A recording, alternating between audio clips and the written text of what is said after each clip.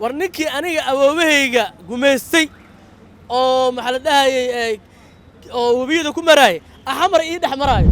waddankeena xur ma aha ilaa shisheeyaha laga saaro war waxaan fahmi laanahay wixii Burkina Faso faantay ها Soomaaliland waa laga dabaaldegaya waayo Soomaaliland iyadaaba xaq u leeyahay 16 June iyadaaba iska kicisa Ingiriiska waxa aynu ku gudu jirnaa diyaar garowga maalinka xurriyadda ee 16 June dadka ku nool way ku kala arki duwan yihiin haddaba sidee ay u arkaan 16 June maalinka xurriyadda qaar ka mid ah way ka soo horjeesteen oo waxa ay sheegeen in gabi ahaan aysan Soomaaliya xurriyad qaadan waa kuwan qaar ka mid ah kuwa aragtidooda dhigtay والله horta aad u maasanta Kalsa TV runtii hadii aan ka hadlo arimahaas xurriyadda maanta waxaan aaminsanahay inaan xur ahayn leeyahay shalay waqooyiga maqreed maanta waa maqan tahay isla iyadina waxay ku jirtaa gumaysi waxa Allah ku jirtaa waxa gumaysanaya waa dal Itoobiyana iyo Imaaraadka gumaysanaya oo ismu maamulaan wala maamulaa Soomaali inteeda kale tan kadalika waa la mid oo madaxdooda dhan waxa lagu dhaqaa oo dalka dhan lagu xukumayo waxa la yiraahdo jabtar 7 la yiraahdo alaga xukumaa marka koos hadda xurriyadda hore u jiri jirtay awoogaashii xurriyadda u soo dagaalamay oo gobernadorka way dhinteen Soomaaliyada cusub ee maanta taaganna gumaysiga ku jirta waxa loo baahan yahay gumaysigaas in laga saaro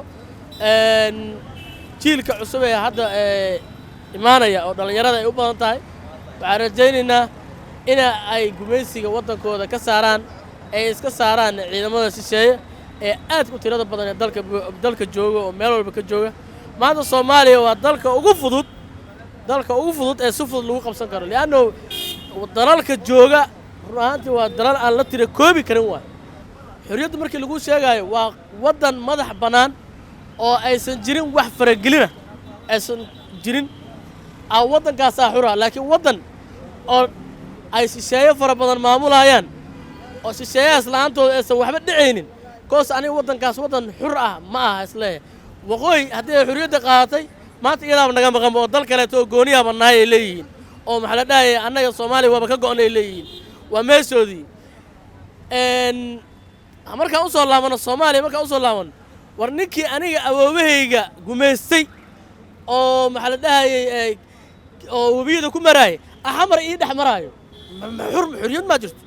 jirto wax xurriyad wallahi ma jirto Soomaaliland waa laga dabaaldegaya waayo Soomaaliland iyadaaba xaq u leeyahay 16 June iyadaaba iska kicisa Ingiriiska ka nasiibkana saariyadaaba ugu horeysay Soomaali oo dhan iyadoo aan qaadan gumaysi iska kicin oo calan Soomaali laga taagin iyadaaba qaadatay iyada ku dabaaldegaysa iyada yaani anagana waa la qaybsanaysaa walaalaha ayaa tihiin Soomaaliya tihiin dad Soomaaliya nahay waa wada qaybsanaynaa laakiin xaq anaga oo gobolada waqooyi oo Ingiriiska iska kicina 16 June anaga waxaan nahay yaani wadan go'an oo yaani aan aqoonsi helin laakiin insha Allah aqoonsi waxba uga ma baahan laakiin insha Allah bidmala karim waa helayna hadda waa isku tashanay anta aad u faraxsanaan aad isku diyaarinaynaa waa maalin